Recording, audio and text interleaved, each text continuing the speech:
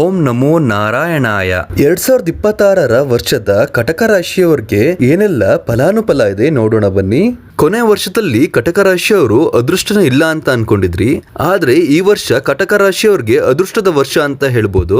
ಲಗ್ನಾಧಿಪತಿ ಲಾಭ ಸ್ಥಾನದಲ್ಲಿರೋದ್ರಿಂದ ನೀವು ಲಾಭ ಇಲ್ದಲ್ಲಿ ಯಾವುದೇ ಕೆಲಸ ಮಾಡಲ್ಲ ಈ ವರ್ಷ. ಮದ್ವೆ ಯಾರ್ಯಾರಿಗಾಗಿರಲ್ಲ ಅವ್ರಿಗೆಲ್ಲ ಏಪ್ರಿಲ್ ನಂತರ ಮದ್ವೆ ಆಗೋ ಸಾಧ್ಯತೆ ಇದೆ.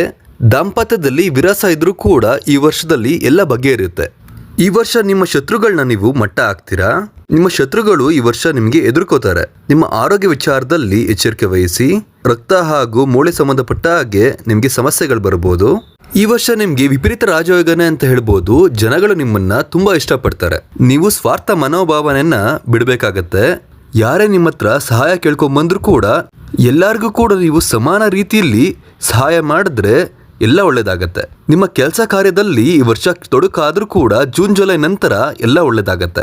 ವ್ಯಾಪಾರ ವ್ಯವಹಾರ ಮಾಡೋರ್ಗೆ ಜೂನ್ ಜುಲೈ ನಂತರ ಮಾಡಿದ್ರೆ ತುಂಬಾ ಅಭಿವೃದ್ಧಿ ಹೊಂದುತ್ತೀರಾ. ಈ ವರ್ಷ ನಿಮ್ಗೆ ಪಿತ್ರಾರ್ಜಿತ ಆಸ್ತಿ ಕೂಡ ಲಭಿಸುತ್ತೆ. ನಿಮ್ಮ ತಂದೆ ಆರೋಗ್ಯದ ಕಡೆ ಗಮನ ಕೊಡಿ.